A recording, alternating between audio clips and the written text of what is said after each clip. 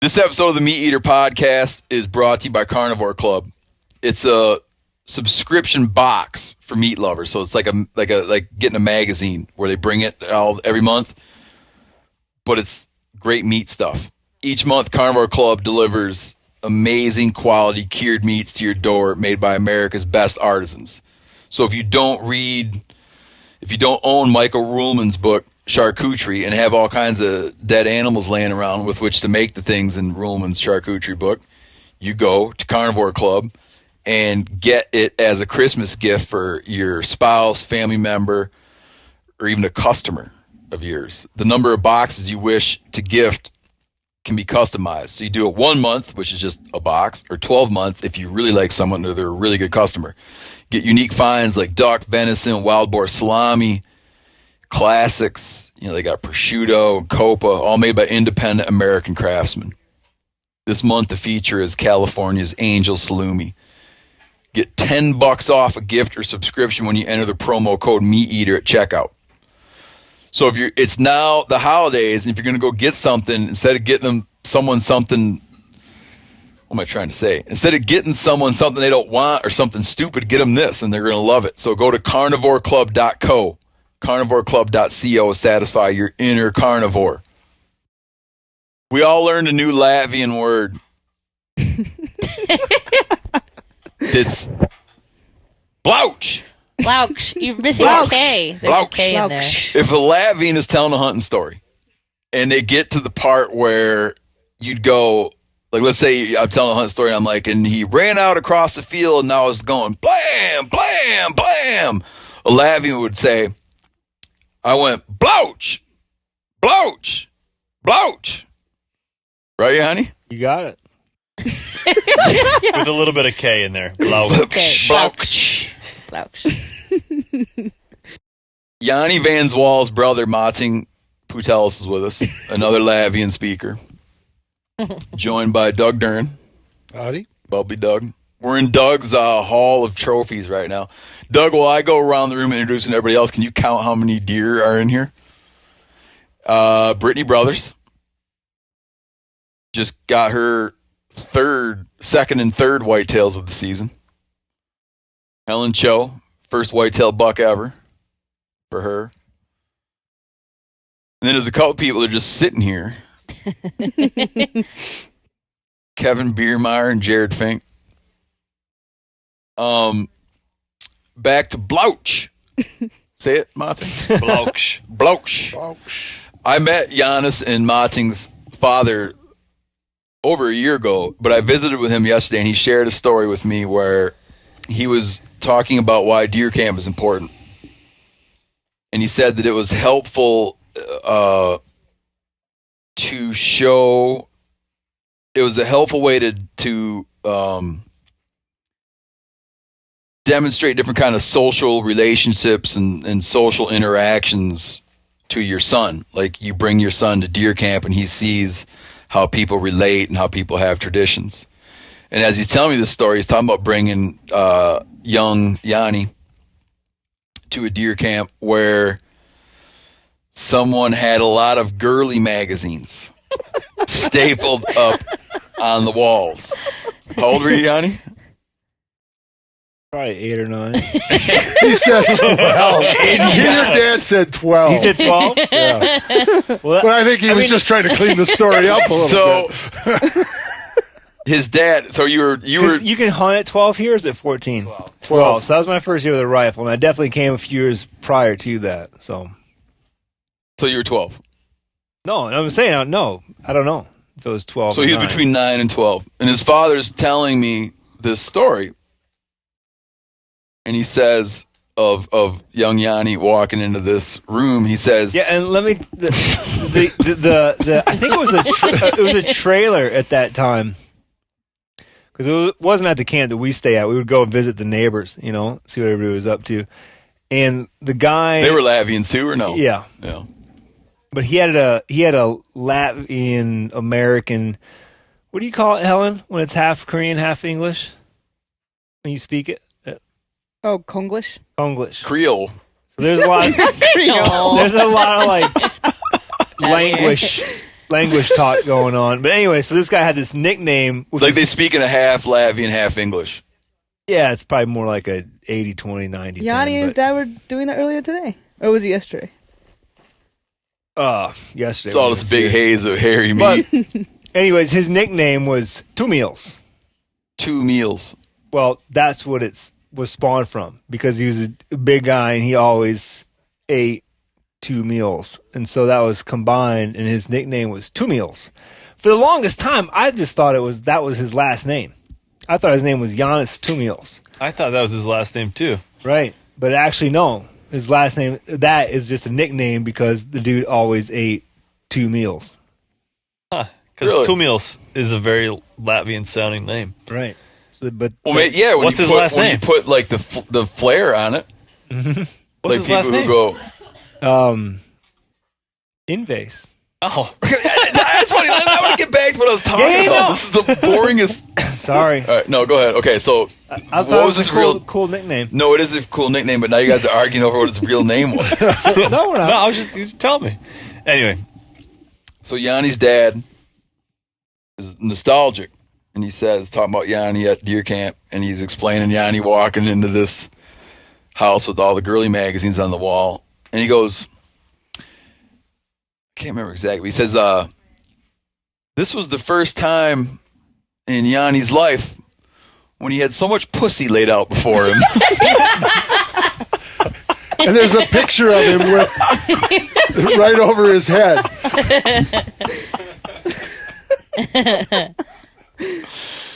I love your dad, man. Your dad's great.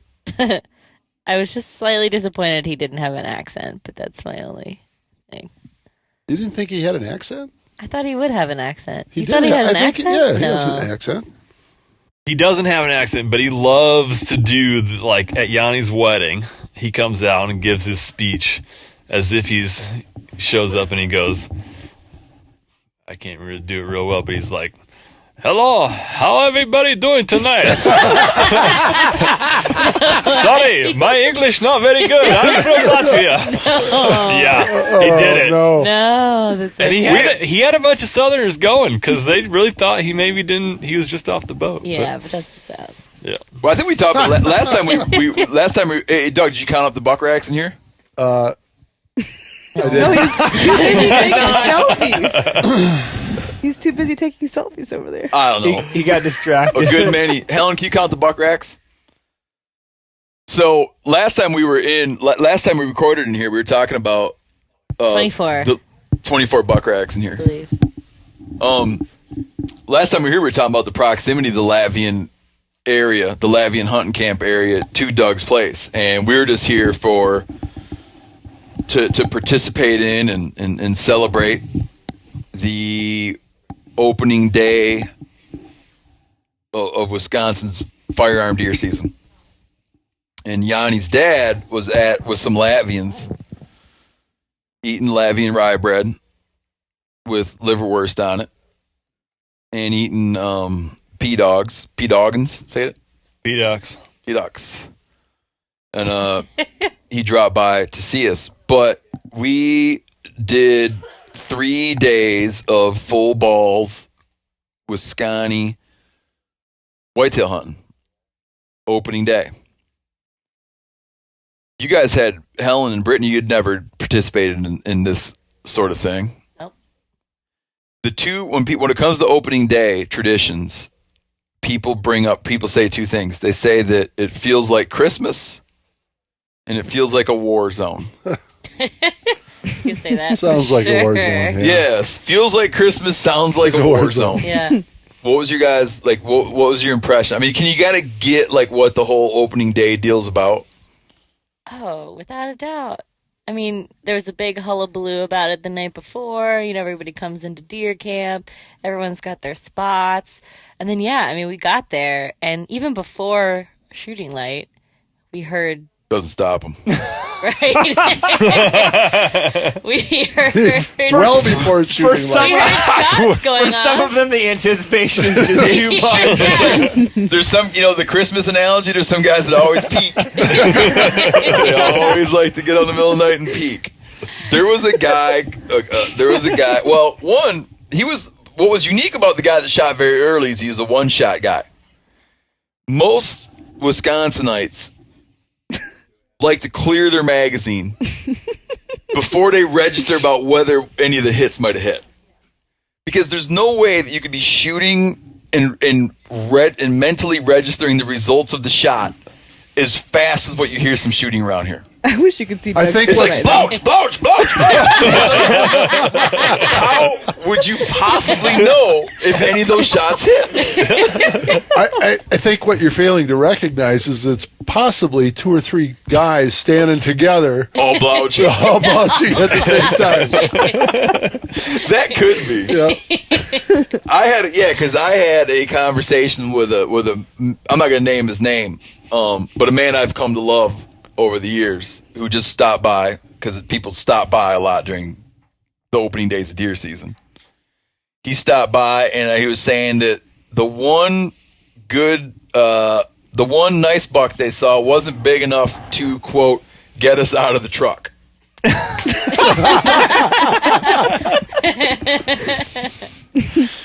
Which would imply, if they jumped out, there could have been some blouching without anyone registering what was going on. I'm joking, of course, but it's an enormous amount of shooting. I think Durkin didn't Durkin once calculate, or he at least published this, that on opening day, right, a deer A second. Yeah, a deer a it's on the second wall gets killed over in there, Wisconsin. That article. Yeah. A deer a second? A deer per second in Wisconsin is the title of that All article. day. Or like between which Well, hours? there's hundreds of thousands of deer. How many seconds are in a day? Be easy to Why do you figure look out. at me to do that? Because math? you're always doing little I'll do it. chores on your phone. I got somebody doing that for me over here now. No, and was it you that brought it up? That's the third standing army. If that is such a bullshit. It's been going. There's an that article comes conversation's out been every year. This Yeah. is the third largest army in the world. 86,400 seconds. There's a lot of deer Okay, so hunters in yeah, Wisconsin. so then there's a deer second. Yeah. No, hold on, no, because here's the thing: the whole thing, like that, Wisconsin has the third largest stand. It's like define a standing army. It's not a standing army. It's It's the not. third largest It's a army seated on army. that particular on that particular day. It's the third largest army of people seated on buckets. That could possibly rise up in arms. And then it's always, and nobody got hurt. Well, somebody always gets hurt. I'm guessing that guy, that early shot. I always wonder, how does that happen? It's got to be somebody loading a rifle. That was what. Yeah, that's what we thought too. Accidental discharge.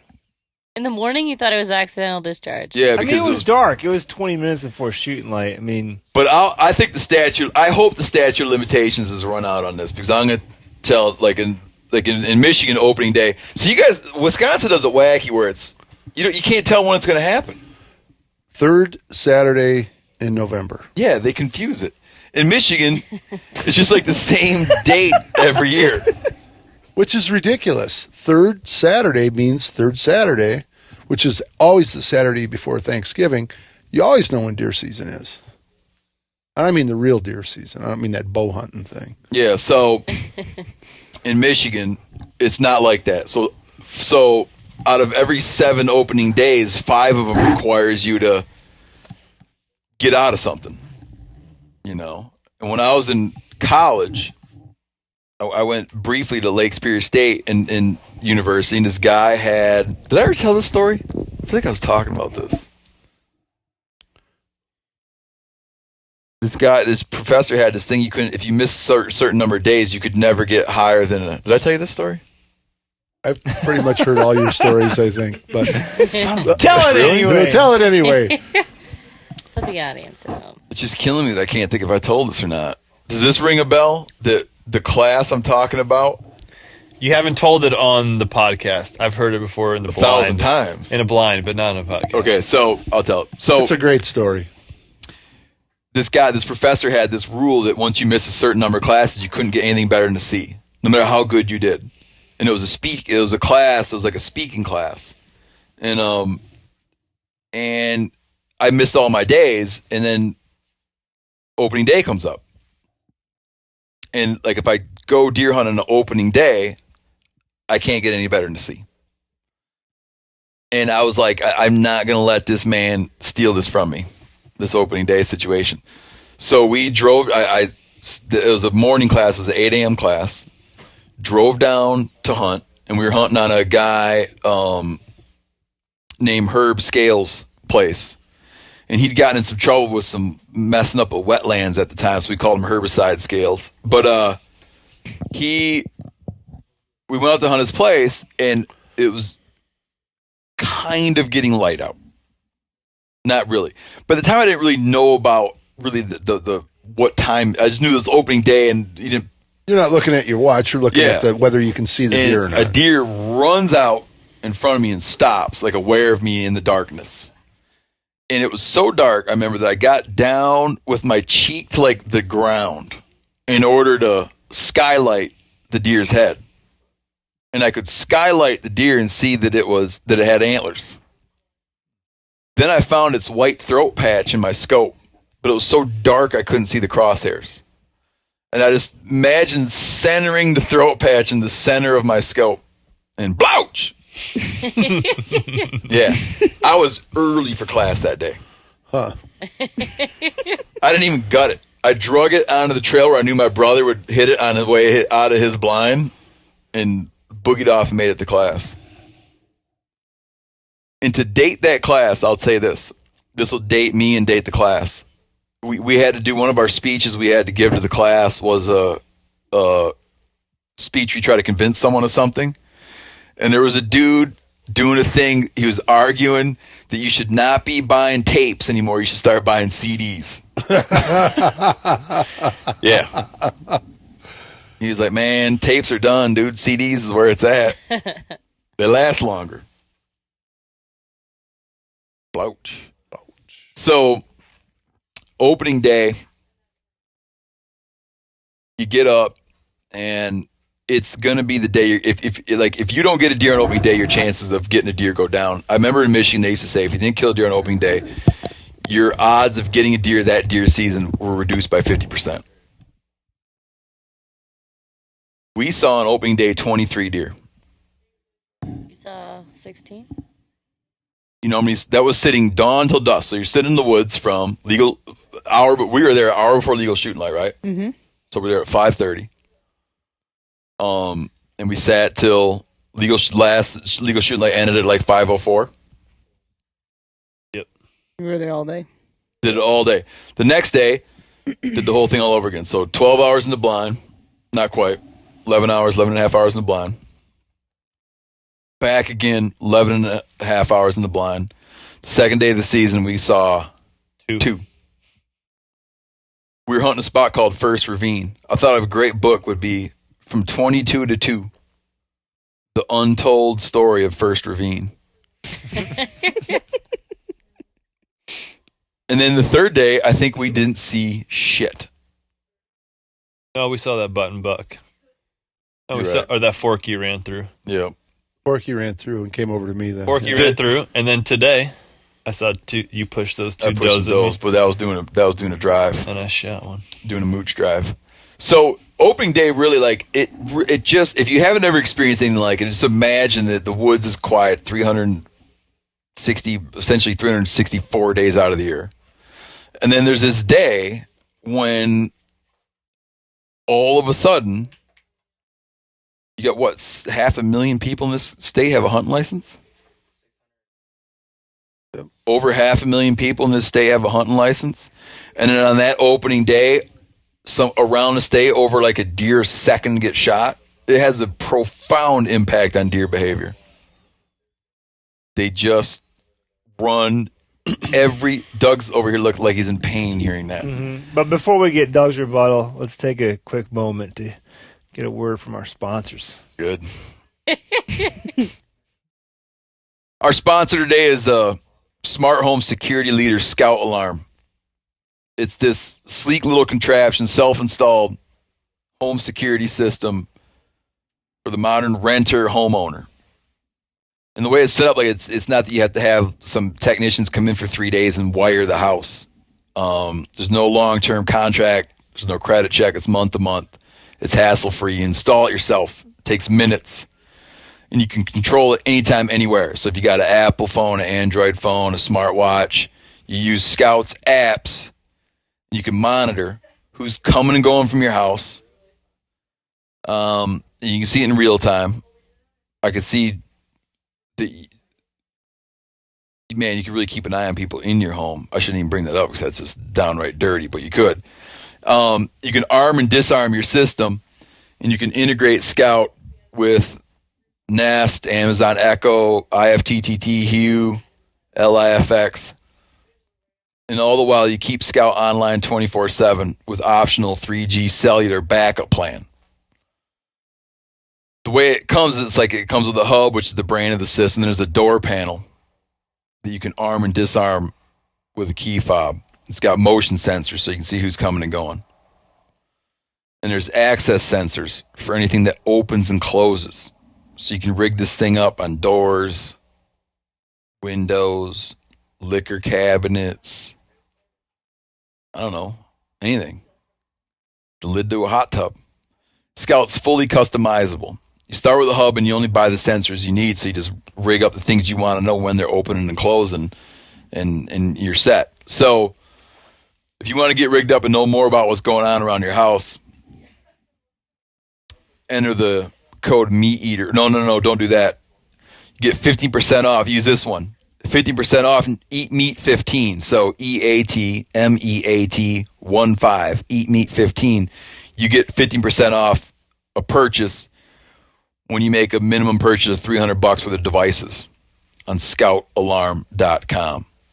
It's sleek, it's smart, it's secure. Scoutalarm.com. Enter the promo code EatMeat15.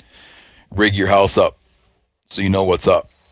All right, so Doug, when I like I feel that I feel, Doug, that you don't like how I'm explaining opening day, and but I love opening day. I grew up doing opening day. I've come to you twice to participate in your opening day, yet what I'm saying somehow seems to contradict some of your impressions. Well, you talked about, well, obviously I can't disagree with a deer a second. I was thinking about your comments about the deer, how the deer behavior changes and all of that, and the shooting begins. So you go from this calmness to this shooting, but there's a lot of shooting around here for 2 weeks before opening day. I mean, every weekend you hear people target practicing. Yeah, a lot of blaukš. You know, it's a lot going on out there. And so it's probably the combination of people in the woods, the shooting, and then the gut piles that freaks the deer out, which is kind of what you were getting at. Everything changes. It's so dramatic how it changes from opening day. The deer activity or the deer sightings change from opening day to the second day. Yeah. And there have been plenty of times where I saw as many deer on the second day as I did on the first day. But those are behaving how? Doing their deer thing on Really? this farm. Yeah. Yep. Like out feeding 9, 10 in the morning. Deer don't feed 9, 10 in the morning Yeah, they around do? here. Well, You're talking in the woods they don't? oh, yeah, well, okay. I'm sorry. Monday, well, it wasn't 9, 10 in the morning. It was 8, 9 in the morning. Those deer were feeding through. Everything that Ridge Pounder and I saw up there on the pail stand was just going through doing its deer thing. And that was Monday. So are you feel that the opening day does not have a profound impact on the way the deer act? No, I was just challenged about apparently having a look on my face that was painful. Oh, clearly it does. Clearly it does. I guess what I was going to say was it feels like Christmas, sounds like a war zone, and it just doesn't. It's not as war zone. You know, there isn't as much shooting as there used to be. There's not as much of that deer activity. You know, deer running in as there used to be. The hunting pressure isn't the same. You feel there's less hunting pressure around these parts? Yeah, I really do. What do you attribute that to? I think that gun hunting used to be a lot more moving deer pretty much right away. Now it's very much a challenge of sitting people are afraid to push deer off their property. And I'm guilty of it too. Afraid's the wrong word, but are reluctant to get up and move around and push deer off their property because the neighbor's going to shoot it and that sort of thing. Yeah, let me just interject on that thought for a minute. In this area, it's all huntable ground. I mean, it's just like, this is like deer country. Yeah. Houses are very scattered apart.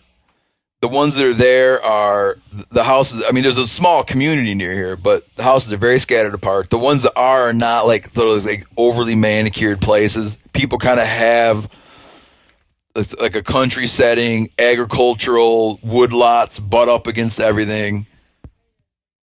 All the houses around here, you could pretty much have probably a great hunt by just opening the window and looking out your window. I mean, it's like deer country. Right. And the plots are, people probably own anywhere from 40 acres to 400 acres. There are people who own more than that. And most of the ground is probably in some way or another getting hunted. I don't know about that. I guess that's a part of what I'm saying. And I don't, we were talking about earlier, you and I were talking about trying to speak to the neighbors and get a group together and that sort of thing. I really should I have a map of the township, and every 40 or every 80 or every, ownership is on that, and just start really looking, okay, well, who's hunting there? Is there someone hunting there? Is there not some? Do they allow hunting there? Because there's one of the complaints you hear often about private land and things like managed forest law and the other programs as well. The public isn't allowed access to that land, and so nobody's in there moving the deer. And I think that's probably true, because deer aren't going to come out of a place. They may go into a place where they're not bothered, and they're not going to come out of there if they're not bothered for a day or two, and then their behavior has changed. And back when I was a kid and started hunting, as we talked about over 40 years ago, we hunted kind of wherever we wanted to, and I mean, with no thought to who owned what. Yeah, I remember seeing the first no trespassing signs, and the response was a sign that said, if your land is posted, stay the hell off of mine. Is that right? Yeah. When I was a kid, my dad used to just go and tear no trespassing signs down. He learned it from a guy named Eugene Groders. Yeah. And they thought it was ugly. Someone would put one up, and they just go and take them all down. They thought it was just like it spoiled everything to see all those signs everywhere. That's what they thought. Well, and I don't disagree with that, but visually they didn't like it. They thought it was tacky. Right. Laws in Wisconsin are now that if you don't have permission, you're trespassing. It used to be, if it's not posted, you can go on it. Yeah. So a lot of Western states are still like that. It's the landlord's obligation to post his land. Yeah. Which I think is, I think the way the law is now, at least in Wisconsin, is the correct way to do it. If you don't have permission to be on there, you're trespassing. Yeah, no, I agree. So, what was the point of that? There's being places, able to hunt. There's places you think the deer get piled up on where they're not getting bumped off. And people are reluctant to push deer around because they think deer are going to go onto their property and they don't want to push them out. Yeah. So someone else shooting at them. And the idea of the mooch is has a little bit of that in it, that we're not trying to run deer out. We're just trying to bump them.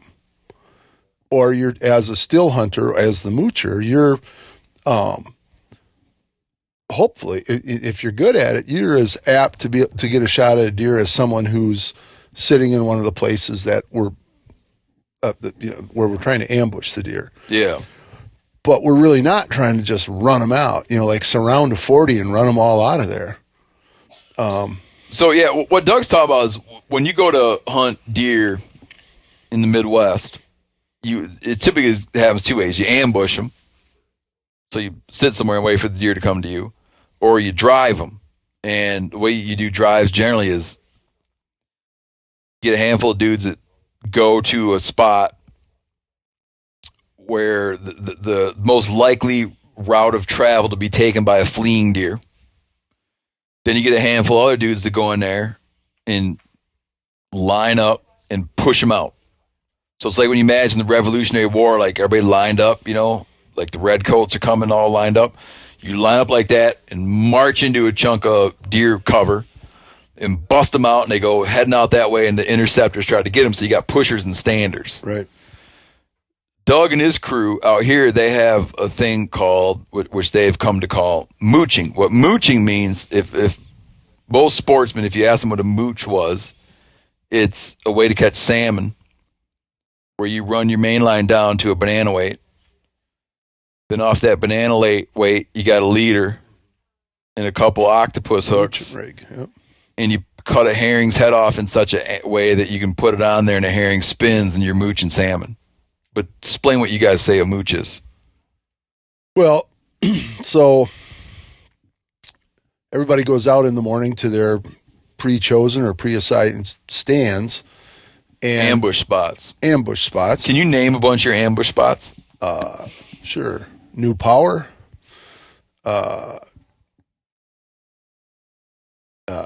Two-man stand. There's a boring one. Dad's Woods. We were on. Brittany and I were at Matt's stand. There's the Rinella Ravine. Shit on a stick. Shit on a stick. Did you hear that? Rinella Ravine. It got renamed on the podcast. It's official. First ravine became Rinella Ravine. Well, the Dump. Fool on the Hill. Isn't there standard, new standard? Standard, new standard. The thing is that the standard stand wasn't really a stand. It was just something that I put up in a elm tree near a bedding area where I had seen this deer, and I just strapped a ladder to it, or a ladder stick to that elm tree, and then kind of got a hanger stuck up in there, and it was about a 14-inch diameter elm tree that a 270-pound dude probably shouldn't have been crawling up into, but I was going to kill that deer. And I crawled up in there and I sat in the stand long enough to kill that deer and never used it again. Oh.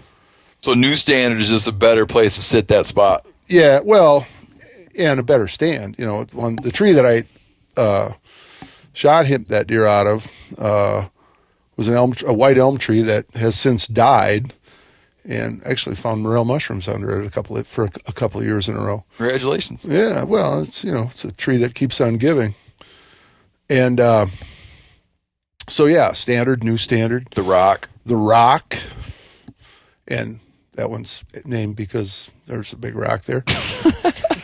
I knew you wouldn't get that connection otherwise. So, all right. So, yeah, that's what to jump in there. So, the mooch. Everybody goes out to their stand. Right. So picture we're on a chunk of ground, a sizable chunk of ground, hundreds of acres of ground, mixed woodland, farmland.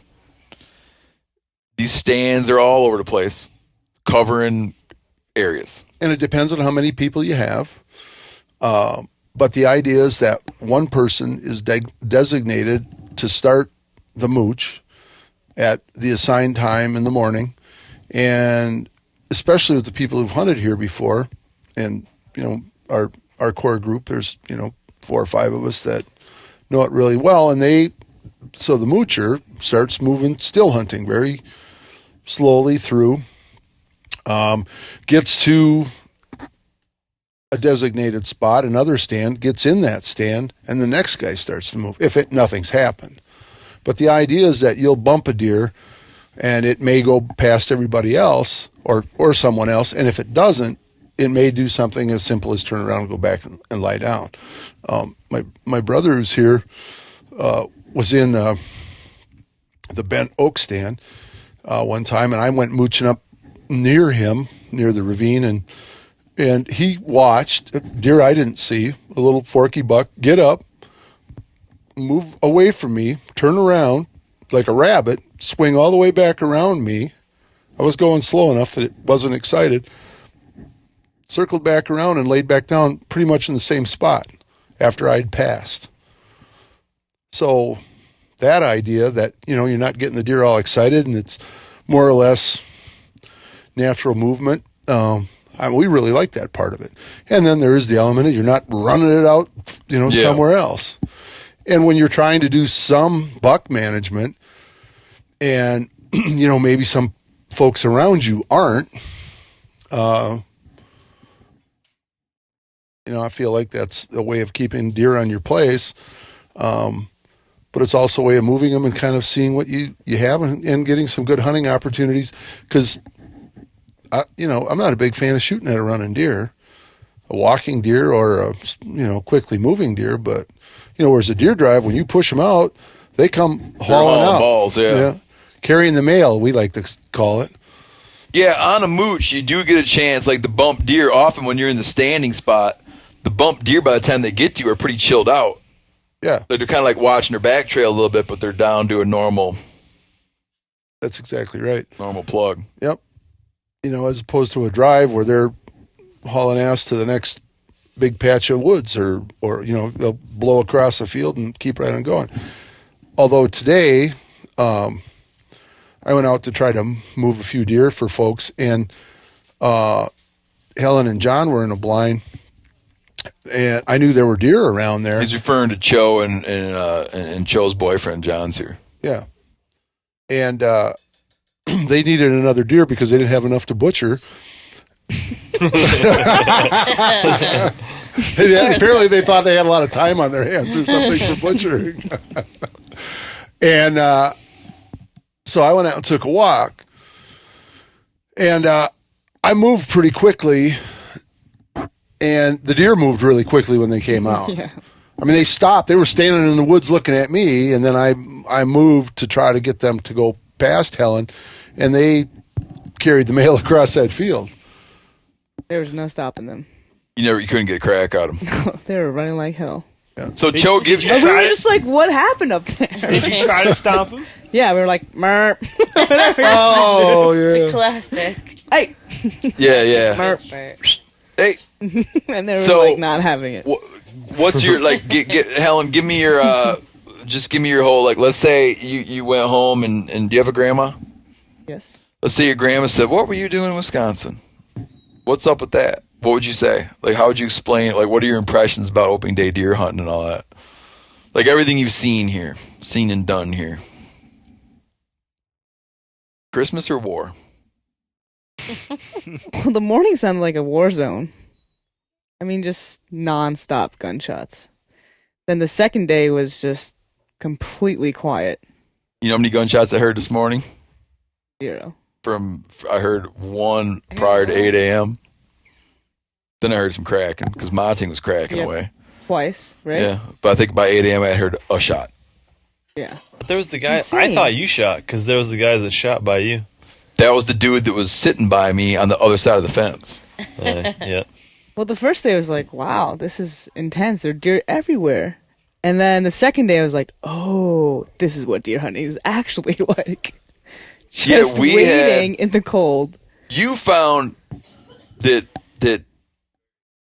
plenty of opportunities on opening day, Oh, yeah. Just couldn't pull it together. but not relaxed deer. No. The buck you got was feeding. The buck you got was Yeah, not he didn't was know a what was feeding happening. deer. No, he had no idea. But we had deer filing through, and you're trying to just talk about that, what the challenge is.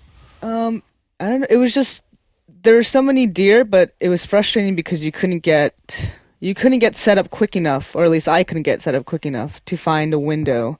I mean, it was it was pretty thick with brush, and so you'd have to, literally be moving in your blind, and then quickly finding your scope, the one window between trees that you might be able to get a shot, and then by that point, they were already moving.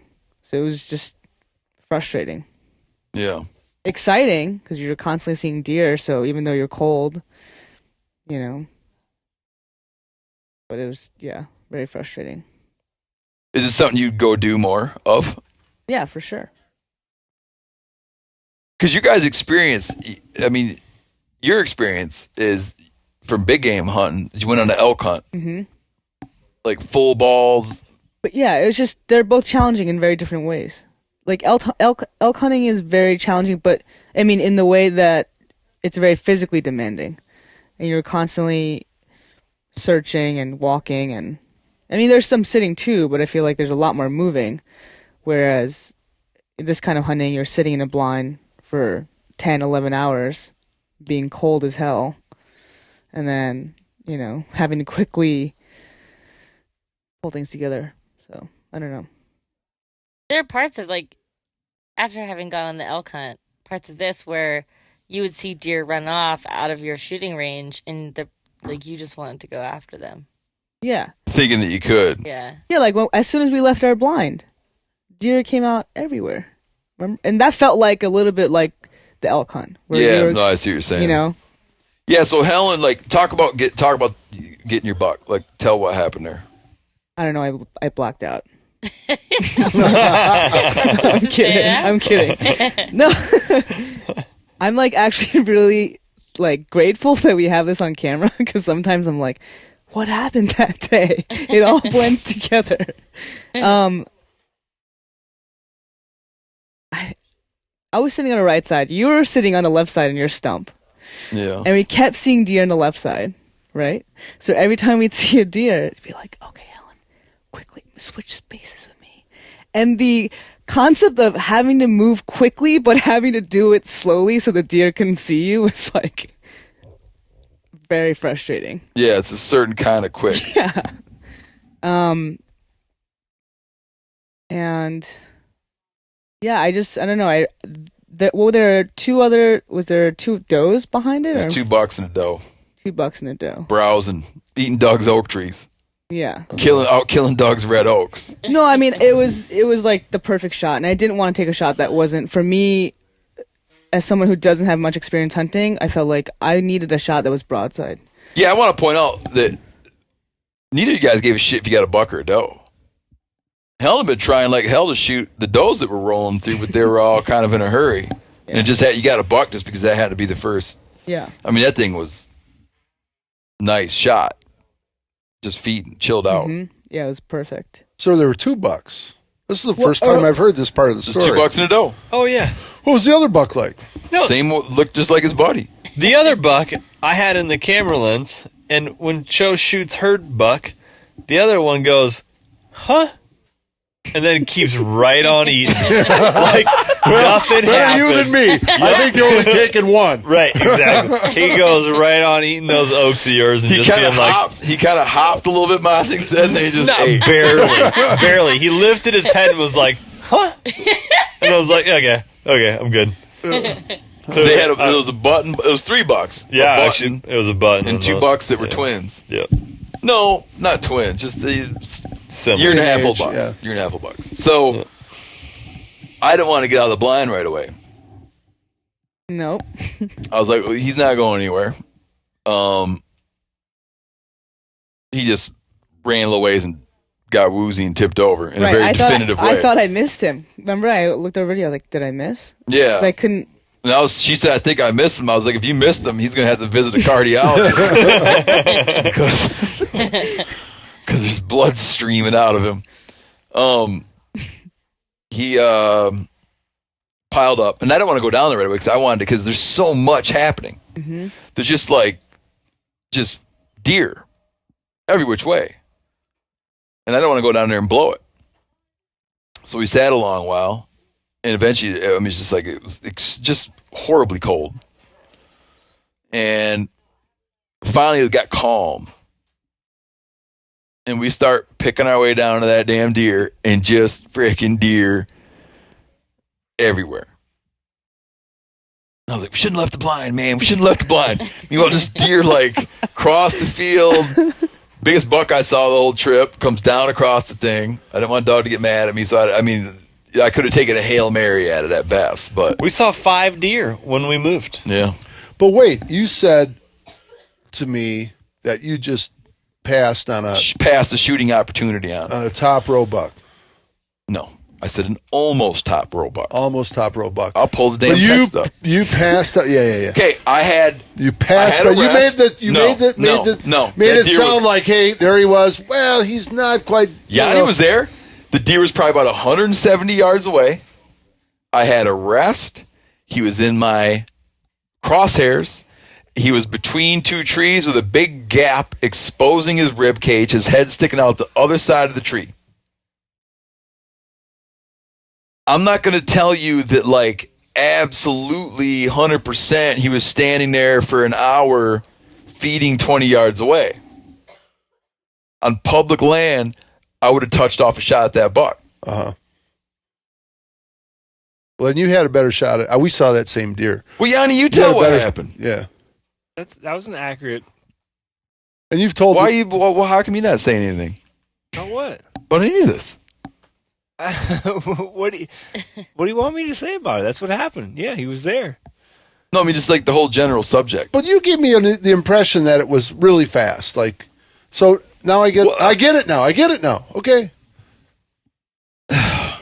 You had a better shot at that deer than I did. I saw him. I had a legitimate shot at the damn And deer. I asked you afterwards. I was like, "Did you have a shot? Did you have a shot?" And you said, "Yeah," but you thought Doug would be mad at you, so you didn't take it. You didn't think it was and quite I'm really big tired of enough, him is what playing you that said. card too. Playing what card? That Doug will be mad at me card. The first time I ever came to this farm.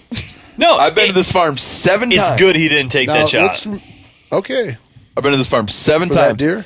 Yeah, it's good he didn't take that shot. The first time I wouldn't ever belong in came this to room. this farm, okay, in this room where these 24 buck racks are hanging, these bucks are all off this property. Is that right? Yeah, they sure are. Okay, these bucks are all from And this many area. more during the same time period, but yeah. And then some guys, buddies will come and shoot a buck, but then they want to take the thing home with them. So then Doug just has to put a little photograph up on the wall, which really, if I kill a buck here worthy of the room, it's going to live in the room. I'm not going to take it home with me.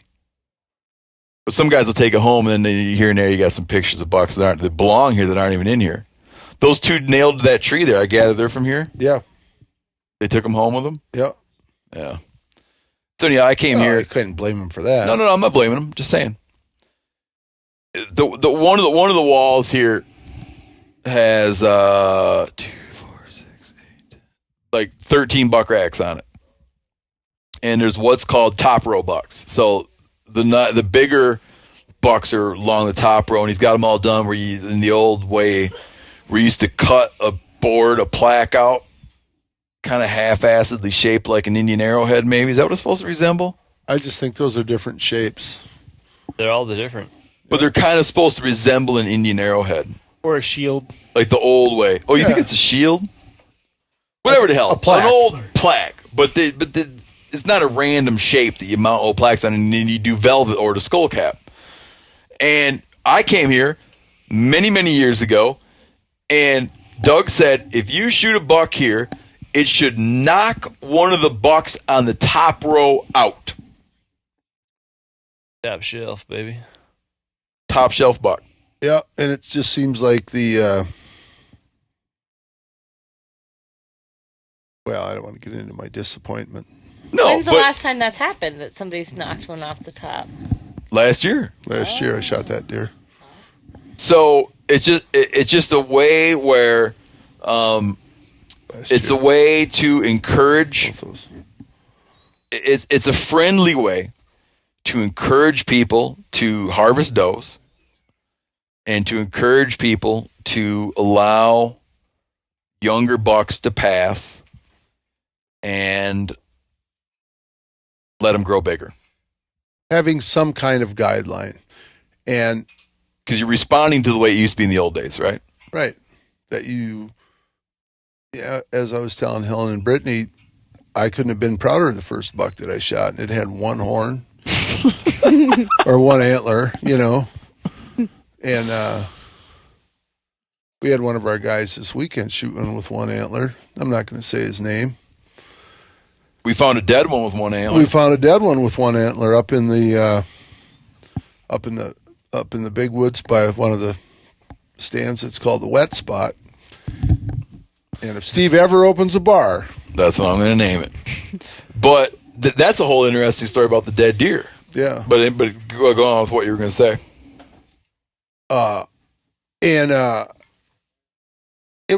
What this requires is to take enough time to look at a buck and say, yeah, or that it was a good hunt or whatever. But you need to take that time and be willing that I didn't have enough time, so he got a pass. Opening day, we saw that same buck, And I didn't get a real good look at him. I think it was the same buck, by the way we described him, the one that you saw. And I didn't get a real good look at him, but I could have thrown a shot at him. I mean, I had a shot at him. Yeah. I didn't have as good a shot as it sounds like that you did. But I think I've said before that I've never not taken a shot that I regretted. If I, that sounds No, wrong, I'm not but- following. Well, I've taken shots that I've regretted, Yeah. that I wish I wouldn't have taken, but I've never said, no, I'm not going to take that shot, and then regretted it later. Oh, really? Yeah. No, I have that problem. Where You you never regret, li- why didn't I take that shot? You never look back and go, I should have just taken the damn shot.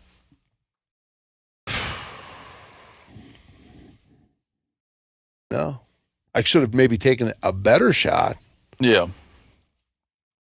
But speak to try to quickly speak to what you were saying about the management thing, because you were saying a minute ago that I keep saying that I didn't do X, Y, or Z, because I've been trying to do some of the I've been trying to play along with some of the guidelines that you have on your property to try to encourage. And I've been just really impressed is too strong a word, but really happy with the fact that you have done that. Like not shooting the button bucks. Well, that's even more impressive. I mean, that is impressive to spend the time to be able to look at them and go, okay. I mean, you see a small deer, you're looking at a small deer, a small buck looks different. A button buck looks different than a doe fawn. Mahting did the same thing today. He said, should I shoot a fawn? And I said, is it a doe? And he goes, yes. I said, yes. I should have said both of them.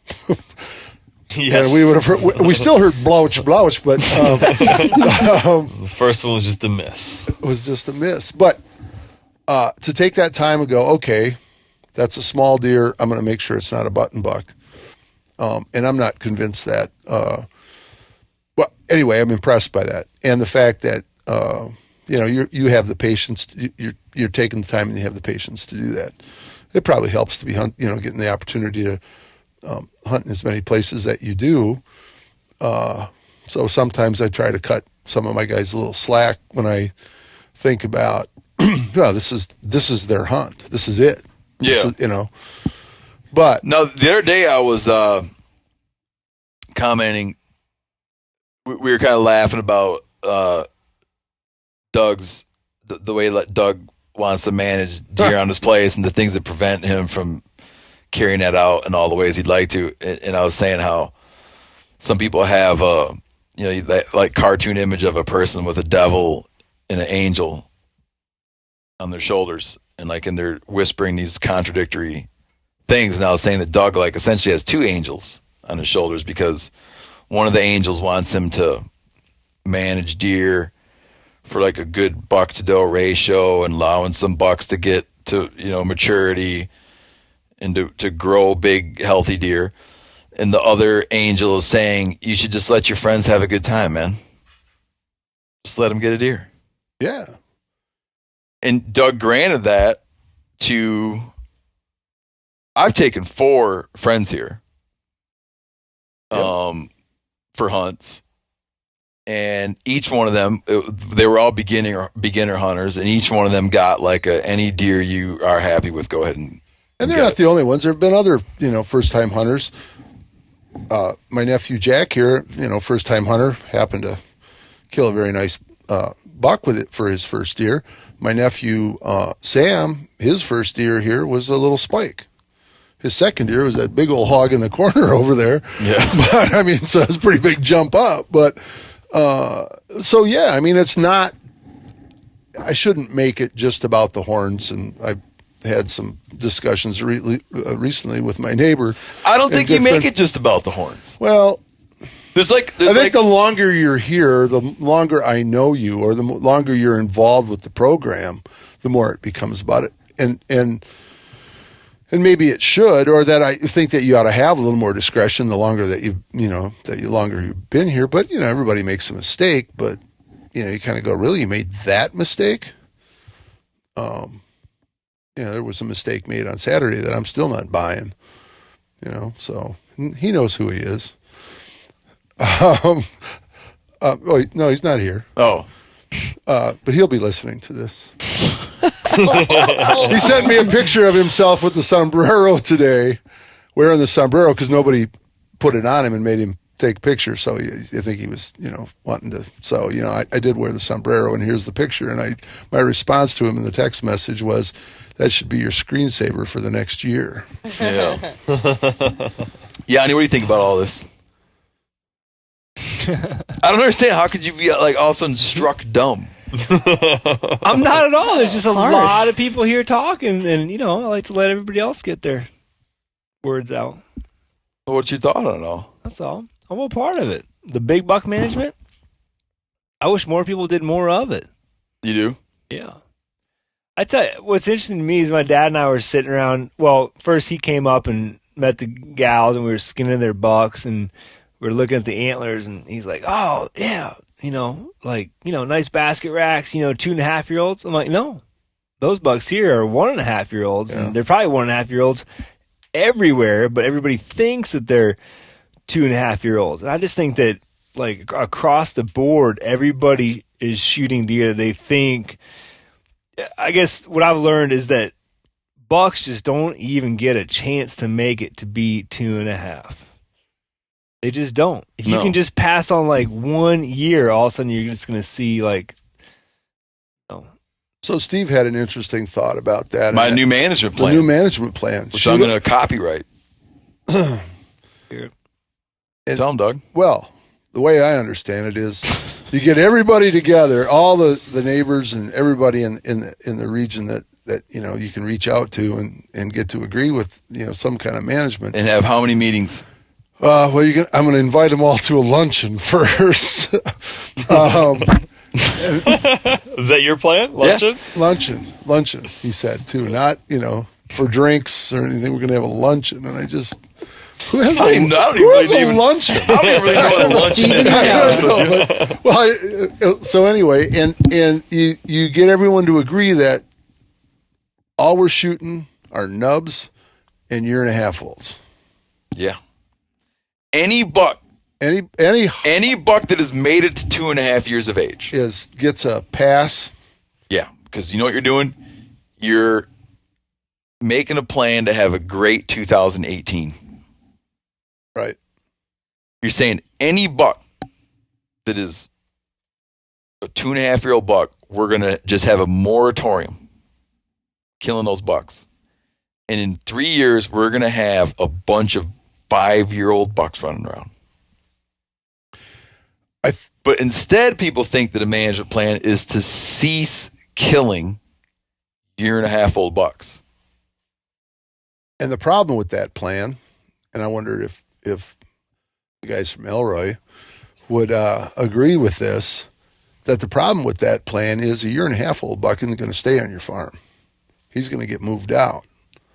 Who's got to be? Then you're going to get someone else's, because where are they all going? It's not like there's not like new land being created. Well, but but that they're the ones that get, if you've got a 2.5-year-old buck, he's here. You can get him to stay. That buck over there that I shot last year, 2.5-year-old buck, 145 inches of 145-inch 9-pointer, big deer, 2.5-year-old buck. I shot him because he had a leg shot off. Well, I'd have probably shot that deer anyway. I'm not going to say, I just shot him. But we hunted him all day. He was wounded, and we hunted him all day, and then I finally killed him. And we took him down to have him tested for CWD, and the guy did the aging, and he said 2.5-year-old. I can't believe it. He couldn't. The guy who was doing the aging couldn't believe it because he thought what? He thought 3.5-year-old. And we had so when I start looking at even some of those top row bucks over there. Well, all those bottom row bucks are probably 2.5-year-olds. Yeah. But that group of 4 over there, were those 3-year-old deer? I don't know. So the standard was aged at 4. Is that right? And that was 192 inches of horn, and it was a huge deer. I mean, you look at that picture and how big that deer is. I know it sounds ridiculous on a podcast, but and we talked about the standard before. So, so the whole aging of thing, and so then what about the rack and and what all that, and you get all kind of tied up in all that.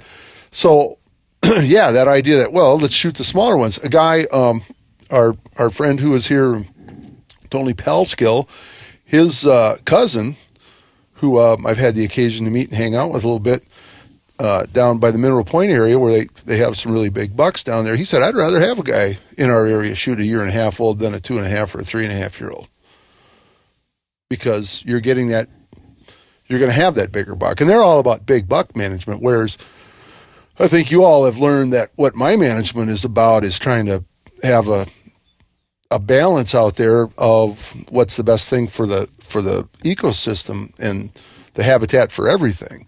And my oak trees, growing the oak trees, trying to regenerate those oak trees. So,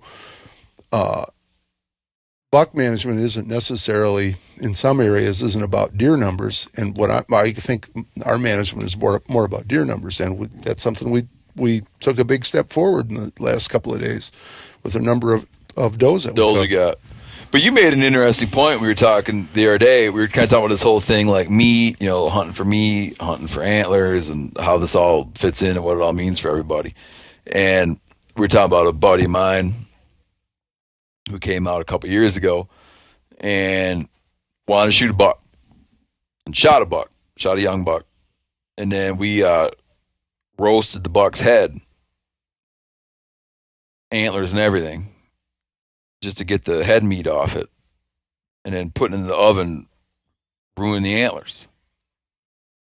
Doug, and I never thought about it, but Doug had a great point. Whereas if you're gonna put the head in the oven, put a damn doe's head in the oven. Right. But there's a thing about it that people want to shoot bucks. Yeah. I think that it's two things. People want to shoot bucks because culturally we're still responding to when we didn't have that many deer. Yeah.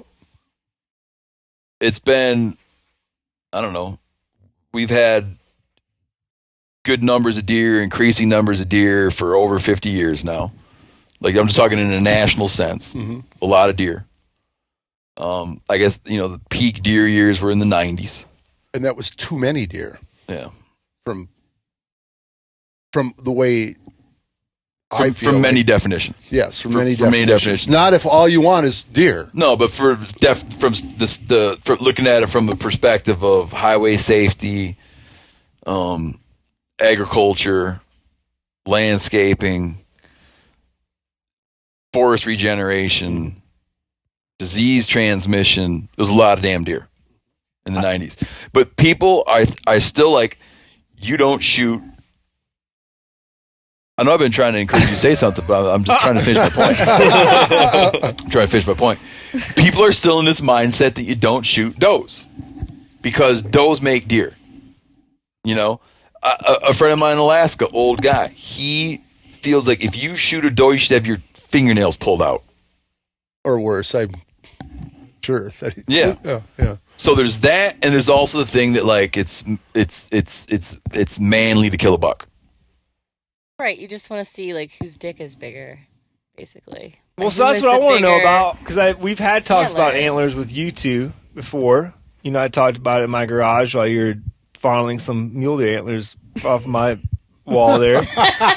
So I want to know how you guys, like, what your thoughts on antlers are, and then, like, did you guys feel any of that this weekend? Like, did you at all? Were you like, I kind of want to shoot a buck? My opinion was like, I want to shoot the first thing that I see that I can get a good shot on. And then I want to shoot the next thing that I can that's whatever is the opposite of what I shot already. Because you those had are a the tag tags for you both. had. Because I had a tag for both. Oh, I got you. So Not just out of like appreciation for opposites. Oh no, no. I mean, I guess I'm still, a new hunter, so I'm in the place where like I'll take whatever I can get, and to me, like that buck is gonna taste much better than like a big ol', older buck. But one Maybe. thing about Maybe. I got a question for you, but there's another thing to keep in mind. When you shoot a 1.5-year-old buck, you can look at a buck there, like you see a buck run by, he's a spike, he's a forky, you're like, you just know he's a 1.5-year-old, unless he's got some kind of problem or broke his antlers off or something. But typically, it's a safe assumption that that's what you're looking at. That's going to be a great eating deer.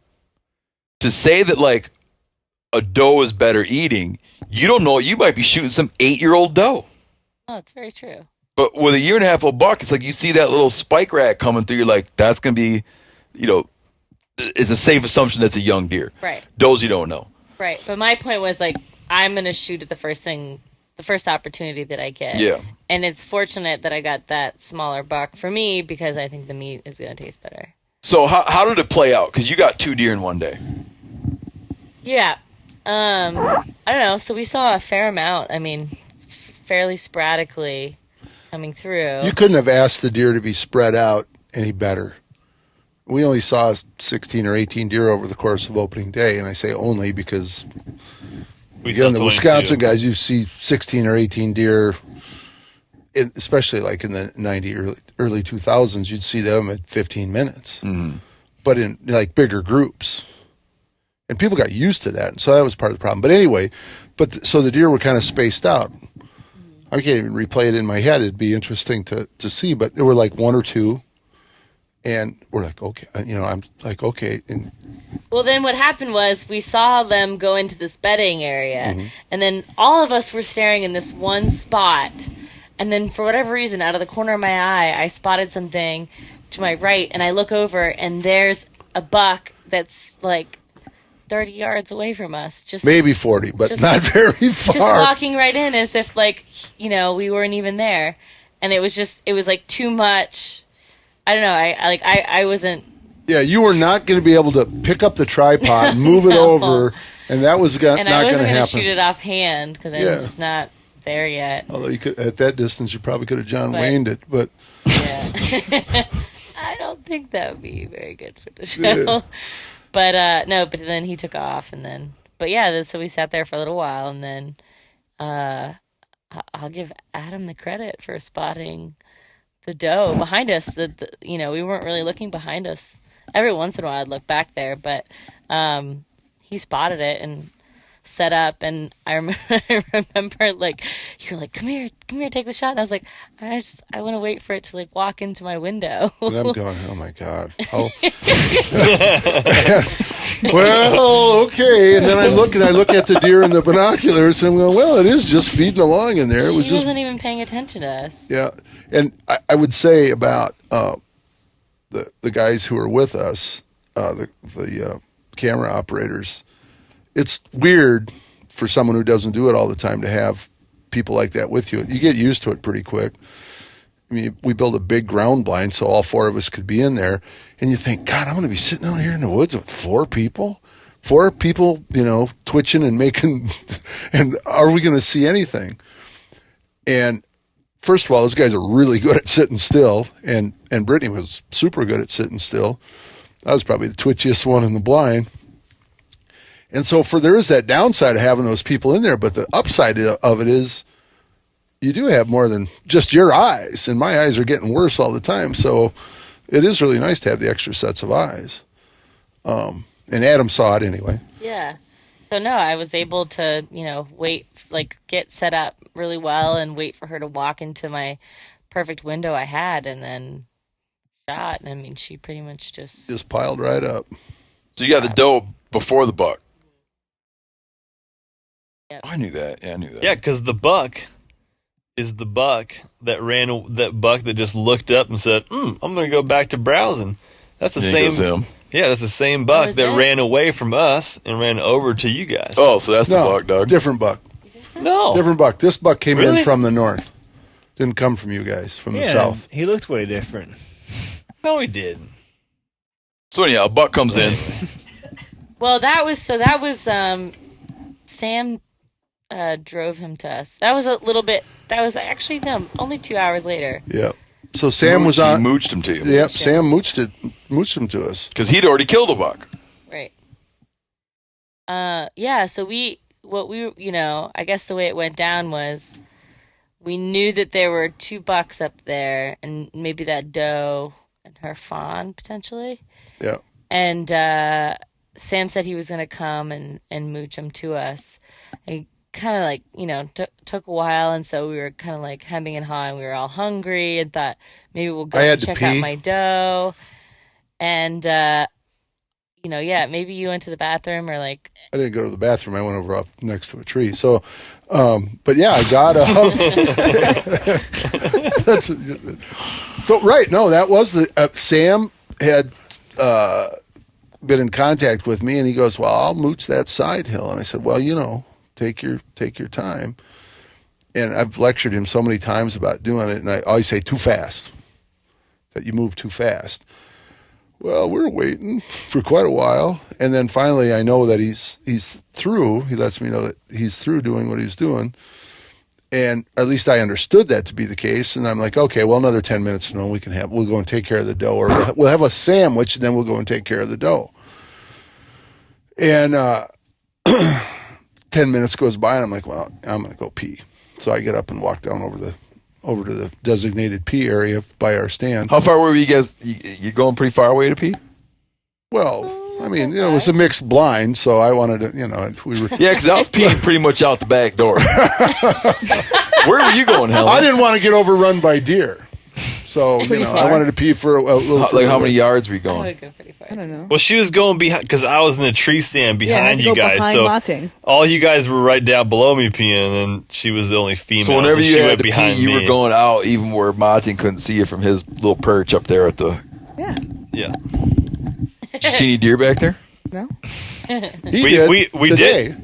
Well, we had those does that ran through that valley. That first batch of does came up through there. that you didn't see them. They were right on the trail behind us. So that's where you're peeing back there. I want to go back to Brittany's. Sorry. Anyway, I find her story, because I was there and I can relive it now. So I don't know. It was like sort of a commotion because we saw a It couple was deer ridiculous. Yeah. ran out of the woods, and that was like, they were gone. And then he ran down into that little, I guess, ravine, if you want to call it. Yeah, there's a little ravine, and Sam had come around the side hill, and they'd just been sunning themselves in that bedding area on the other side. You guys you can see that bedding area, you wouldn't be able to see the deer. And they came down in the ravine, and because of where we set up the ground blind to have a better vantage point, 360 degrees, and we couldn't see that good over that side hill. And I'm done my business over there, and I turned around and came back, and they're all going like this. And so I get over, and what's going on? There's a buck and a doe, and they're down over the hill over here. So, well, okay, get set up, and she had done most of that by the time I got there, and boom, this deer just walks Blaukš. up. No, not Blaukš yet, but surprise, here's this buck right in front of us again. Oh, boom, like surprise. Yeah, I gotcha. I mean, he was really close too, 30 or 40 yards. A little bit further. No, not when you shot, but when he came up that hill. Yeah. And it's like, holy moly, he's just right there. And, she's taking her time getting set, and that's kind of hard to do when all of a sudden, whoop, they just show up. So she's trying to get set, and he trots away.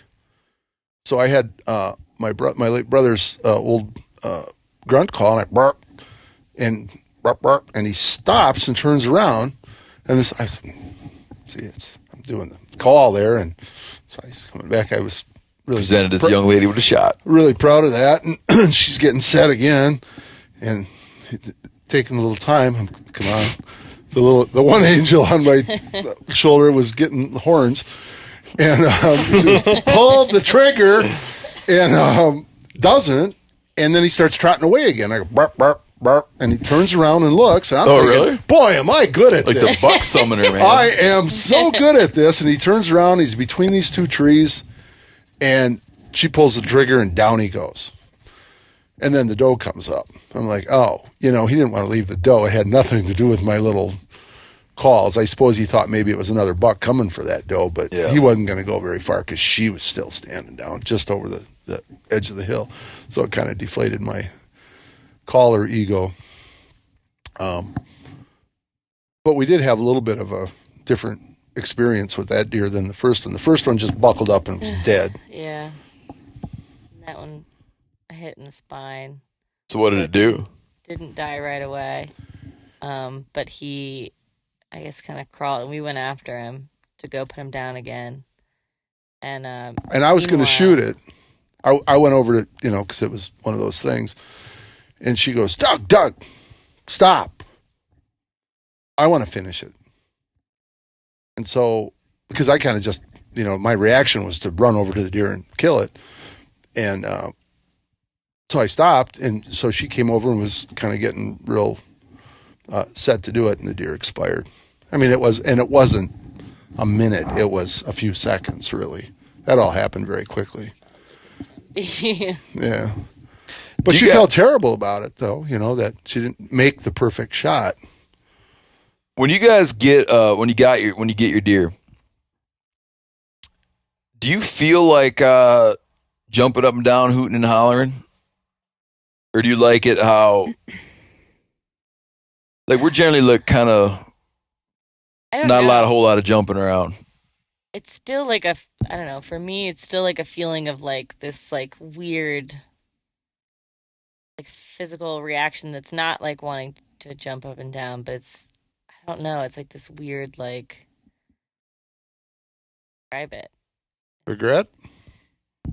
No, it's not like an emotional reaction, it's like a physical reaction. It's just like, it was like just like this wave of like energy that I can't describe, and I don't know how to like put into words, and I don't but like definitely emotional in a sense, but I don't know, I'm still not able to words. I don't know, what would you say? When I walked up to that buck, I think I still had a similar feeling of when I killed that elk. It was just kind of a loss for words. But it was weird this time because back to the antler thing, I think I looked at it and I was like, wow, those are really cool, Yeah. But yeah, there's a sense of loss. So you it's not that you feel bad because you know that that you're going to do this animal right, and but you just took this animal's life that you just saw walking, these like beautiful creatures you just saw through your scope very close up, and then you see it like dead on the ground. So it's a very and then after that you're like pulling its guts out. So it's just it's a hard to explain experience. It's a lot of stuff coming at yeah, you. I think for me, like, honestly, maybe more shock, because, like, I think I was telling Janis the next day, like, it wasn't until I was, like, in bed alone with my own thoughts that I, like, really kind of processed, like, how kind of, I guess, yeah, sad that I felt for the deer, and like, I know, just even taking 2 deer in one day, there was, like, part of me that was, like, man, like, was that gratuitous to take to kill 2 animals in one day? Like, I don't know. It was just like, I guess it's still sort of new, where I'm still sort of trying to define, like, what my hunting experience is going to be like, Yeah, I feel that kind of regret for some things, but I have a hard time feeling it for deer, because I feel that deer, like, I think of deer almost more in the vegetable world. I think of they're not that old. In large measure, they live as a result of people. It's our habits, our practices of clearing the land, industrial agriculture, that allows so many deer to exist. We have far more deer now than during Columbus's time. So when you take a deer's life, I feel like in some way, like, it's not you're not like taking something. It's like you gave it to him anyways. Do you know what I mean? That's an interesting. Somewhere like from a people's perspective, a truly wild thing that gets old, like when you kill a doll sheep ram, he's probably a minimum of 8. He's not going to be any older than 12, but he's going to be at least 8. And he's never seen a person before. you know? So that feels different to me. That feels like you've stepped in and undone something, you know? But then in the other side of it is that, these deer have seen people, so then you almost start thinking like, oh, did this deer knew I was going to kill, like it felt that pressure. I mean, the buck that I shot in particular, I don't think did, but No, that's what I like. That buck had no idea. right. I weigh that, like, that's a thing. That's a whole other thing you can do. Like, people go, like, if you just categorize just antlers is all that matters. Big buck equals good, no matter how you got it. You know? I don't know many people that actually subscribe to that, but there's plenty that do, I'm sure. But to me, I think you should add in some other factors. The deer had no idea, completely unaware of your presence, feeding away. That's worth something. You know, if it's a giant buck staring at you as you get out of your truck and roll down the window so you can rest your rifle over the edge of the window frame, is that more valuable because it's a bigger buck? No way. Well, size also, I think, has something to do with it. Because we went squirrel hunting a couple days ago, and I definitely didn't have... I mean, I definitely felt a little bad and kind of, again, the sense of loss that I just took this animal's life, but I did not have the same feeling as when I came up to the deer or came up to the elk. Yeah. Which is weird, because it shouldn't, you're still taking an animal's life, but for some reason, the size... I mean, yeah, also, size plays. I agree. Size plays into it. The other thing is, the thing I think when I hunt squirrels is they're so fecund. A female, like a mature female, man, she can put off, I don't know, 16 of them in a year. A 2-year-old squirrel is ancient. Yeah. Can I ask you a question on this subject? Sure. Just like in hunting for how many years now? 40. Do you have a ritual of when you take a deer's life of what you do in the next 5 minutes, 10 minutes? Oh, I can't wait to hear that answer. But prior to that, Steve. All right, football season's rolling on. And if you got a season-long fantasy football team, you probably know by now that it might not be going anywhere.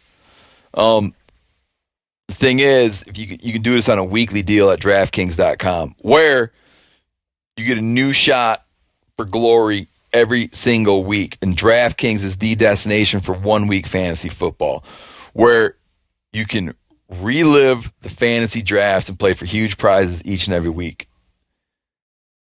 It constantly renews. Okay, so you can challenge your friends in a custom league or join an existing league and play for your share of $1 billion. It's up for grabs this year at DraftKings. Just pick your contest, draft your players, collect your winnings, and that's it. You can go in and renew some old rivalries, create new ones by going head-to-head with your friends, dudes at work, fantasy players from around the country that you don't even know. Like, you can match up and play with them. DraftKings is crowning a new millionaire every week this season. You could be next, but only if you get out there and play. This isn't fantasy football as usual. This is DraftKings. Welcome to the big time. And go over to DraftKings.com now. When you go there, use the promo code MEAT and you play for free with your first deposit in Sunday's $1 million fantasy football contest. So, first place is going to take home $100,000 and a whole lifetime of bragging about it. Now. So enter MEAT for free entry now at DraftKings.com. That's DraftKings.com, promo code MEAT. Now, Doug, your ritual, do you have one? Don't bullshit us. I used to more than I do now. The feeling that Helen and Brittany were both describing is probably more... I probably feel it more now than I used to, where I kind of, I don't want to say forced myself, but felt like I should have a ritual. So now when I shoot an animal, it tends to be, I'm usually alone. So it just tends to be more of a longer, quiet moment of like feeling it all. Yeah. And so if that's the ritual, that's the ritual. I mean, I just sit there and look at the animal, I pat it, but there's nothing, specific. It's more of a feeling that I have that is hard to describe. I think a lot of it you have to, if there is a ritual or a set of things you go through, I think you have steps you need to take that remind you to do it. Like the same way as if someone you've never met walks into the door, you might, in the back of your head, it might be like, oh man, I better stand up and shake the guy's hand. You remind yourself of your obligation. It might not always happen naturally. Like you sometimes are being like, oh, I better do X. Right? Right. You see someone drop their driver's license in the airport, you'd be like, I better pick that up and go run it to the person. Not that you just instinctively automatically do everything you're supposed to do. I find myself now and then saying, you know what? You better just take a minute to recognize what's going on. It doesn't always happen without me going like, you know what? Like the moment deserves acknowledgement. Do you find that it happens with certain animals and not others? Oh yeah. Bears, it's real hard for me with bears. Deer, like whitetail deer, I have to remind myself. Did you ever cry after No. taking a life? No? Never. I've seen it happen so many times. Never. Huh. But I started hunting when I was so young. It's like I missed all these. I missed all these things. I think so. Oftentimes, when I've taken people out and have them get their first animal, and they have they're overwhelmed with some emotion, I just see that something that I probably would have been the same way, but I was young.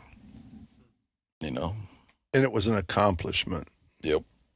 I mean, that's what I remember about shooting my first deer. I was 14, and I did that, and I was really proud of it and excited and all of that. But this is maybe a weird comparison, but I sold a cow on Monday, and I felt bad putting her on the trailer.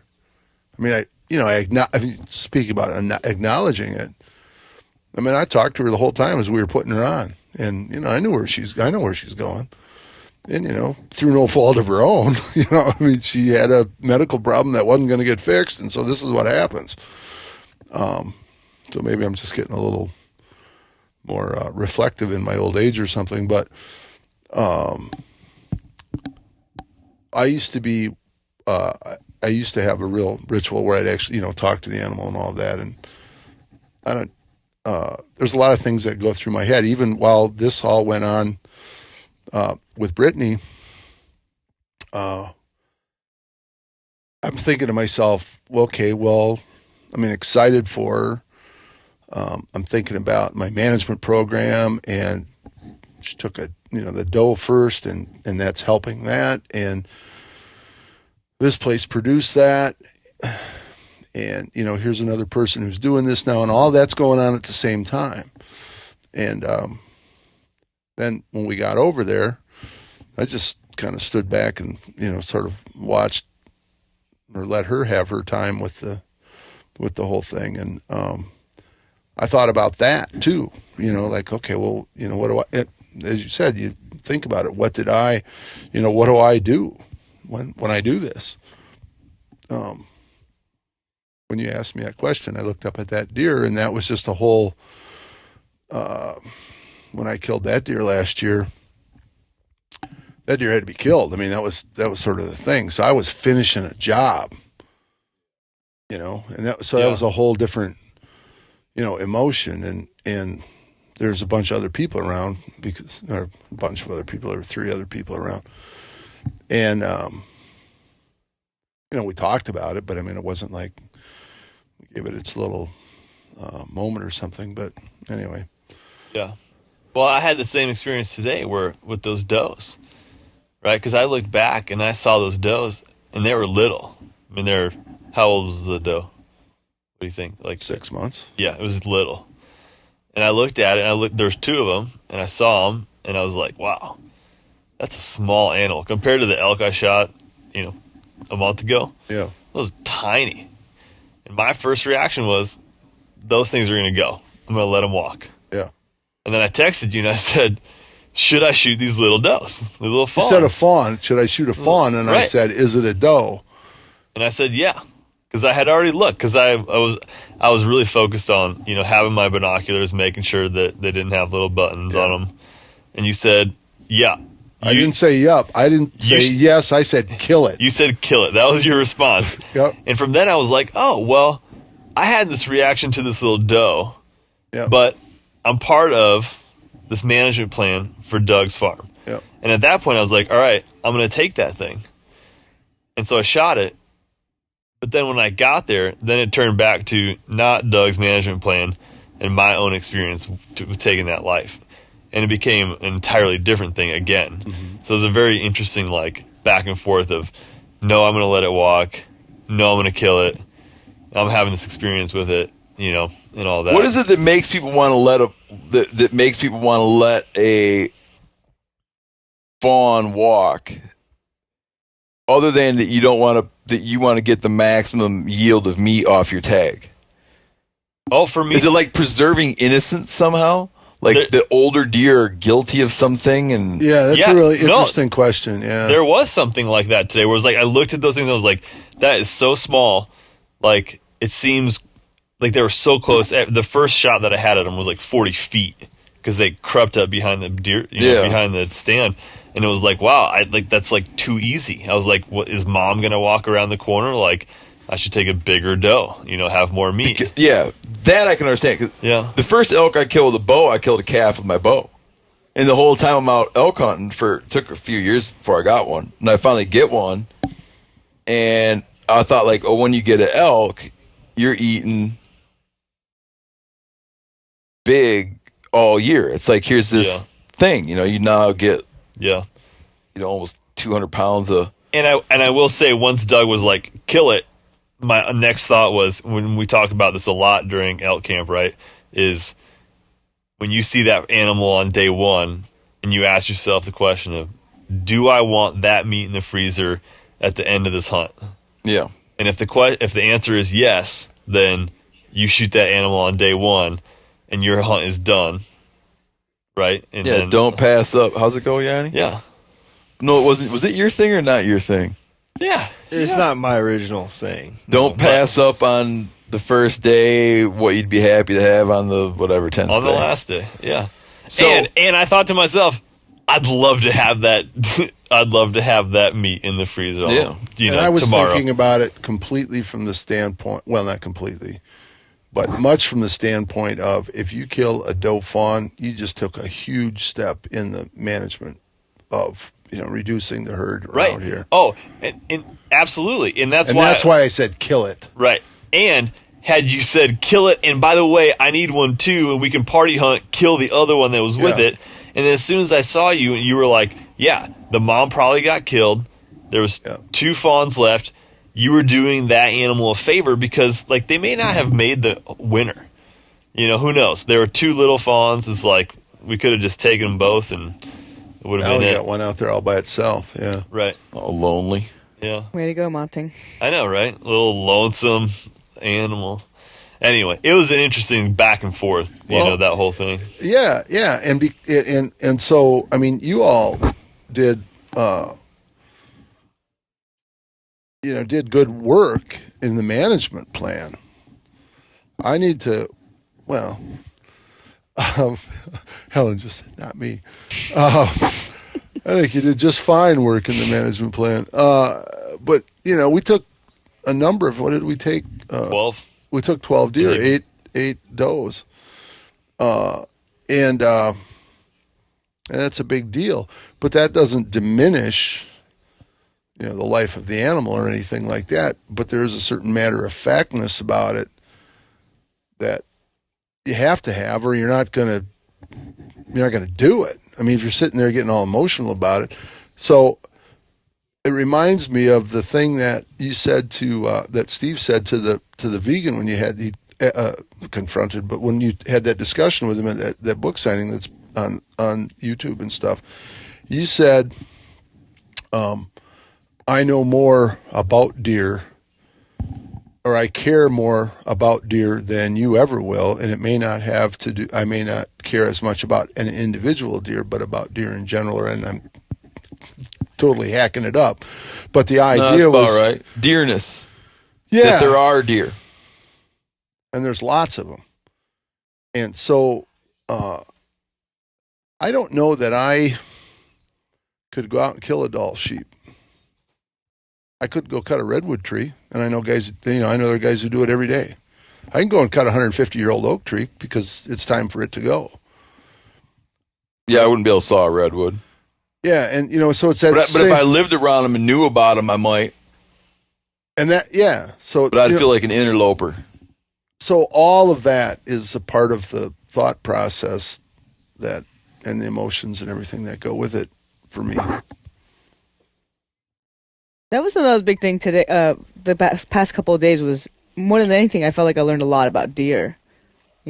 Just watching them and seeing how they behave, the stop and go-ness of them. Yeah, how they interact The with the silence. landscape. Yeah, The how silence, quiet. holy cow. That they can run silently.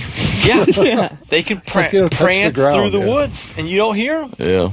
Yeah, I thought about that quote too, actually, when I was sitting there just learning more about deer. It was like, oh, okay. If you want to hunt them, you have to know how they move, how they, how they behave, That's that's a thing that baffles me about people who are perplexed by hunting, is that they think that you have that they think hunters have animosity toward animals. People who have animosity toward animals are horrible hunters. You never get good at it. or are serial killers. Yeah. It's like All the serial killers no, that's have the same. The assumption is that you like to hunt and kill animals because you somehow like violence on animals. But be like, the people I know who are really good at hunting really become students of animals. They love to be around them. That's such a weird statement to me. Well, it's out there. But here, let's do this. Helen, what's your concluding thoughts? No, you know what? Let's go clockwise, like we're dealing poker. Like we're dealing euchre. Yanni? Can I ask a question for my concluding thought? Yeah, hell yeah, man. Yeah, you can do whatever you I want. just want Helen to expand on the antlers. Or just to answer whether or not you were thinking about it at all. Or were you right there with Brittany just thinking, I just need to kill the first animal I get a shot at? Steve asked that question earlier, and instinctively I said, yeah, it doesn't matter. But I think once we started looking at them, I was like, I think it'd be cool to have, because I already, I had shot a cow elk before. And I was like, I think it would be cool to maybe shoot a buck, or just seeing them more. I think the first time I kind of looked at the scope and I was like, okay, I get it, was when we were glassing for elk in Montana and we were spotting mule deer, and you'd be like, oh wow, that's a huge mule deer. And it just didn't click for me. There was nothing about it that made me want to shoot that animal more than another animal, or made me want to have that animal, on my wall or anything like that. And then Janis, when we were at Janis' house butchering the elk, and he was showing me, some of his antlers that he had in his garage. As he's wanting to do. He's like, check this one. I'm joking. I'm totally joking. I know, and I think once you hold them in your hand, you're just kind of, there's something about them that are definitely magical. And, even sitting in this room, you're like, it makes you want to one day, shoot a buck that could potentially be on the top shelf. But yeah, I really didn't get it before. It was not something that was interesting to me. So it just hit you. Because it was like, I want it hit you to that go day. hunting. It hit you that day. Yeah. In Yanni's garage. And then you had affirmation here in Wisconsin. Yeah, because the way we got into hunting was because it, through the meat aspect, through the eating aspect of it. That's why for me, broadside is the only shot I'm comfortable with right now, because I know that if I shoot it through the lungs or shoot it through the heart or something like that, then it's, the least amount of waste, meat-wise. Like, I'd rather not, if the animal's facing me and there's potential that it could, go through. Blow through the whole damn thing, then go out the back ham. Yeah, I'm like, that's, what's the point, And you did land just the perfect heart shot. Yeah, I was very happy about that. But Helen's an excellent marksman. Until I clean missed the doe. Yeah, and you can have another. You can have That another was the concluding gun's thought fault. if you don't want to have your concluding thought. No, Be that a was question. my concluding thought. I was very interested. You're just on fire tonight. Helen, what's your concluding thought? Blaukš. Now he's looking really tired. Nothing. I just I'm excited to finally be here. It feels kind of surreal being here after working on the show for a while, and seeing the famed Doug Duren. Yeah, Bubbly Doug. I don't know where Farm. it's famed, but yeah, I guess on the show now, huh? Oh, I thought she said shamed. Shamed. So that's your But concluding no, thought. thank you for having us on your on your farm, and it was a really cool experience to get a different kind of hunting. I feel like it's so different from the first hunt that we've done, and equally as fun and equally as challenging, in a different way. So, Brittany. Yeah, no, I mean, I was, again, like, echoing what Helen just said, stoked to finally meet Doug Duren and this is the first time you guys are meeting. Yeah, Helen and I hung out a bunch. go hunting together. But I was also excited to, even though we really didn't see a damn thing, I was super excited to hunt with Helen for the first time. Yeah, we didn't talk about that. Because We didn't talk about hunting squirrels either, man. Squirrels were so much fun, actually. That I was think I'm addicted squirrels. to squirrel hunting. the only thing I don't I'm like addicted- I'm about addicted it to is squirrel skinning hams, the man. squirrels. Skinning the squirrels is the worst part. But no, I was excited to hunt with Helen. We, although we had a very unsuccessful rabbit hunt in Montana, where we basically threw rocks at trees and kicked up bushes and stuff. But this is our first hunt, and we didn't kill each other, just sitting in the blind all day, not seeing anything. We had a great time. Yeah, it was a lot of fun. Yeah, because you guys logged the whole day just together.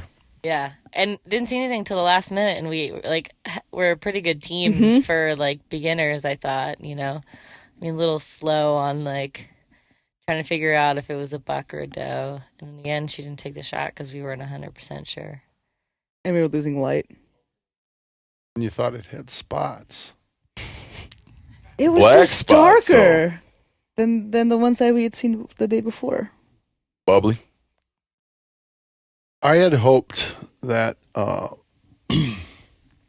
done this before with you guys, not with you two, but, so this is my third time hosting or whatever it is that I do here. And, I've always tried to have the attitude of, we're just going to do what we do. And I guess now I understand kind of how it's done. And I want to make sure that you guys get what it is that you want. And one of the things that I was reminded of during this last few days was what we want is to come and experience what it is that you guys do here. And let that story tell itself. And the other part was taking Brittany and to a lesser degree Helen hunting, not knowing Brittany other than some email exchanges and stuff that we worked on together on, or contact through the other shows and whatnot. But okay, so Eleanor's, my daughter's gone hunting with me a couple of times, but she's not shot. She just goes along and creeps through the woods with me and stuff. And so I wondered how I was going to handle I wonder what was going to be like with having a woman in the blind and oh God, is she going to get all emotional if she shoots something and all that. And so it was a really interesting experience for me too. And on the front end, you wonder about, well, what are you hoping to get out of this, and what's this going to be like for you? And once again, it's just a great experience to have you all here. Those of you who've been here before, and really wonderful to have those of you who are here for the first time. And I just feel really lucky that for whatever reason, we've all got to meet and do this together, and that I feel really it's been really wonderful to be able to share this piece of property and everything that goes with it with you all too. So that's my concluding thought. That's a good one. Thank you. Mahting. I'm going to teach another Latvian trick because we learned blaukš. If I'm talking to Mahting, I say Mahting. If I'm talking about Mahting, I say Mahtinch. 7 different conjugations of the Really? 7. So I'll put it in use right now. I'll say, Mahting, would you like to do your concluding thoughts? Then I turn slightly to Doug, and I say, Doug, Mahtinch is going to do his concluding thoughts. Indeed. And I turn to Doug and say, Doug, thank you for having us and allowing me to shoot my first whitetail. Yeah, and be part of that. So I appreciate that. That was cool too, to be able to take out Chris, who was with me all the whole time, and allow the You mean Ridge Pounder. and Chris, have him Ridge Pound, a.k.a. Ridge Pounder, a.k.a. cameraman for MeatEater. Yeah, and have Mahting be able to go and hunt also, and I just it just sort of expanded the experience sort of in a way that, we can do that too, can't we? These guys are like down there and getting a license yesterday when I said something about and off they went. So yeah, it was cool. Is that your entire concluding thought, Mahting? That wasn't, no. Oh. I was going to say that I'm still only 6. I didn't start hunting as young as my brother did. And so I'm only 6 kills in to my hunting career. And I still cry. 5 of them being elk. 5 of them being, 2 cows, 3 bulls, and now 1 little doe in Wisconsin. And I still cry every time. And it's like, it is such a experience of being close to God for me that it's really, really powerful. And so I'm thankful that I got to do it here. It's cool to do. Coming out here is nice. I wander around a lot and go to a lot of places, but it's nice to have like a spot like this where you kind of come in and gain sort of like a more intimate familiarity with something. And I've been here a bunch now. In some ways, it reminds me a lot of growing up. I grew up where we hunted a couple of farms about the size of this farm, and did all of our squirrel hunting there, did all of our deer hunting there. Not all, but a ton of it on these 2 places. And then those places kind of dissolved away. The patriarchs that that was in that area, like just the generational change. Like you had these farmers, and then they raised their families there, but then there wasn't enough farming to support all the kids farming, and so the kids went on to do other things, And then when the dad died, the farms just changed. They became more like recreational areas and not working farms, and that kind of went away. You're on one hand, the old man farmer guy didn't really care. You're more than welcome to come out, friend of the family. And other people got where, why would I have you out here? I'm always joking with you about how you shouldn't let anybody else hunt. You're not joking.